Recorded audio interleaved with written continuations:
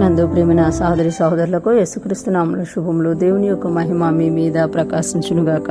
ఈరోజు దేవుడు మనకిచ్చిన మాట కొలస్సీలకు రాసిన పత్రిక 3వ అధ్యాయము 8వ వచనం. ఇప్పుడైతే మీరు కోపము, ఆగ్రహము, దుష్టత్వము, దూషణ, మీ నోట బూతులు అని వీటన్నిటినీ విసర్జించుడి. ఈ మాటలు మనం కొలస్సీ సంఘానికి పౌలు గారు రాస్తున్న పత్రికలో చూస్తూ ఉంటాం. ఇక్కడ ఆయన చెప్తున్నారు కదా, 7వ వచనం మనం గమనిస్తే, పూర్వం వారి మధ్య జీవించినప్పుడు మీరు వీటిని అనుసరించి నడుచుకుంటుంది. వేటిని అంటే ఈరోజు దేవుడు మనకిచ్చిన మాటలో చెప్పబడుతున్నవి. ఇప్పుడైతే మీరు కోపము, ఆగ్రహము, దుష్టత్వము, దూషణ, మీ నోట బూతులు అను వీటన్నిటినీ విసర్జించడం. అంటే మనం రక్షణ పొందకముందు, పూర్వము అని అంటే మనం రక్షణ పొందకముందు అనమాట.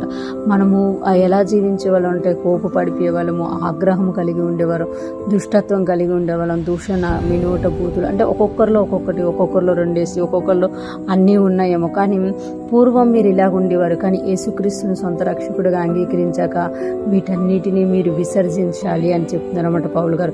విసర్జించకపోతే మనం రక్షణ పొందకపోయినట్టే అని పౌలు గారు చెప్తున్నారు. మీరు కోపము అంటే మనలో కోపము ఉండకూడదు అనమాట. కోపము దేవుని నీతిని నెరవేర్చదు అని వాక్యము సెలవిస్తుంది అనమాట. అందుకే పౌలు గారు అంటారు కదా, కోపపడ్డు కానీ పాపం చేయకుడి, సూర్యుడు అస్తమించే లోపటే మీ కోపం ఏమైపోవాలి, సమాధాన పడిపోవాలన్నమాట. ఈరోజు మనము దేవుని నమ్ముకొని రక్షణలో ఉంటూ కూడా ఇంకా కోపం కలిగి ఉంటున్నాం. ఆ కోపం తాలూకా అక్క ఎవరు అని అంటే ఆగ్రహం అనమాట. కోపం ఎప్పుడైతే అలాగా మనము కోపాన్ని ఉంచుకొని ఉంటామో అది ఆగ్రహముగా మారిపోతుంది.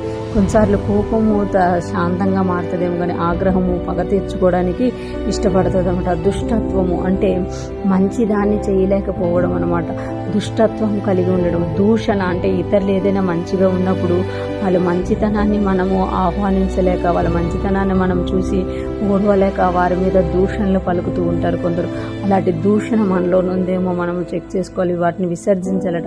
మీ నోట బూతులు అంటే ఇంకొంతమంది ప్రతి మాటకు ముందు బూతులు మాట్లాడుతూ ఉంటారు.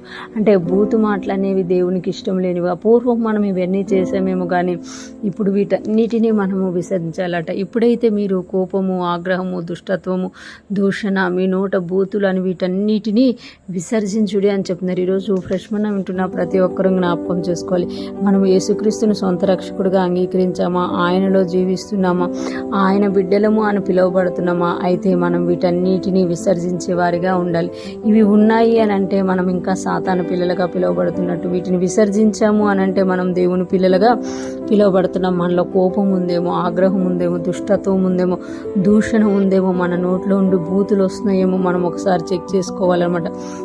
ఇవేవి ఉన్నా కూడా వాటిని రోజు మనం విసర్జించే వారంగా, దేవునికి ఇష్టమైన వాటిని చేస్తూ దేవుని కొరకు జీవించేవారుగా మనం ఉండాలని దేవుడు కోరుకుంటున్నామట. మనం కోపాన్ని విడిచిపెట్టేసి ప్రేమ కలిగిన వారంగా, ఆగ్రహమును విడిచిపెట్టేసి దీర్ఘశాంతం కలిగిన వారముగా, దుష్టత్వాన్ని విడిచిపెట్టేసి దయ చూపించే వారంగా, దూషణను విడిచిపెట్టి సాత్వికం కలిగిన వారంగా, మంచి మనస్సాక్షి కలిగిన వారంగా మనం ఉండాలన్నమాట. అదేవిధంగా మన నోట బూతులు మానేసి మనం దేవుని స్తుతించే వారంగా, ఇతరుల మేలు కొరకు మాట్లాడే వారంగా మనం ఉండాలని దేవుడు కోరుకుంటున్నారు. అటువంటి గొప్ప కృప మనందరికీ కలుగునుగాక. మనం విసర్జించాల్సిన వాటిని విసర్జించి దేవుడు చెప్పిన వాటిని చేసే వారంగా ఉంటూ ముందుకు సాగిపోదుముగాక.